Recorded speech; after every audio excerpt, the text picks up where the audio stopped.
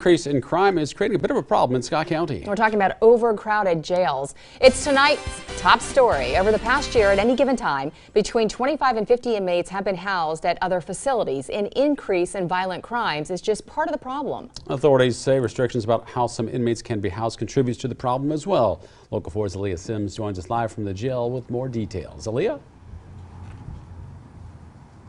Jim, and when this jail reaches capacity, inmates are shipped to other nearby facilities, but that cost doesn't come cheap.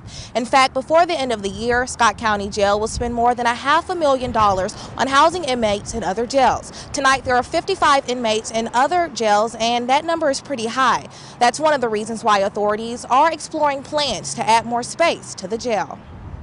I think our highest has been 57 that we had out housed at other facilities. Major Bryce Schmidt, Chief Deputy, says overcrowding in the Scott County Jail has been an issue this year and is increasing the number of inmates housed in other counties. We have inmates that are in Benton County, Mercer County, Illinois, Clinton County, down in Muscatine County.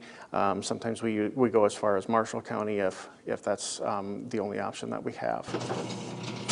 Although this jail was built for about 363 inmates at maximum capacity, special needs and circumstances create an environment where realistically they are maxed out at about 320. Because you always have those inmates that have those special needs or those accommodations that are special, where they have to be housed alone, or they can't be housed on an upper tier. They have to be housed on a lower tier because of their medical limitations, and that's why you'll never be able to have that perfect number of 363 because there's just too many special needs that have to factor into that. Housing inmates in other counties can cost around $500,000 a year, and that has the jail exploring plans to add space. You know, we don't like the thought of expanding, but unfortunately the situation that we're involved in, you don't have much choice but to look at it. And when you look at your recommendations that are made by consultants, if you go with a higher number, or whether you try to go with the bare minimum that you need to expand, but you're looking at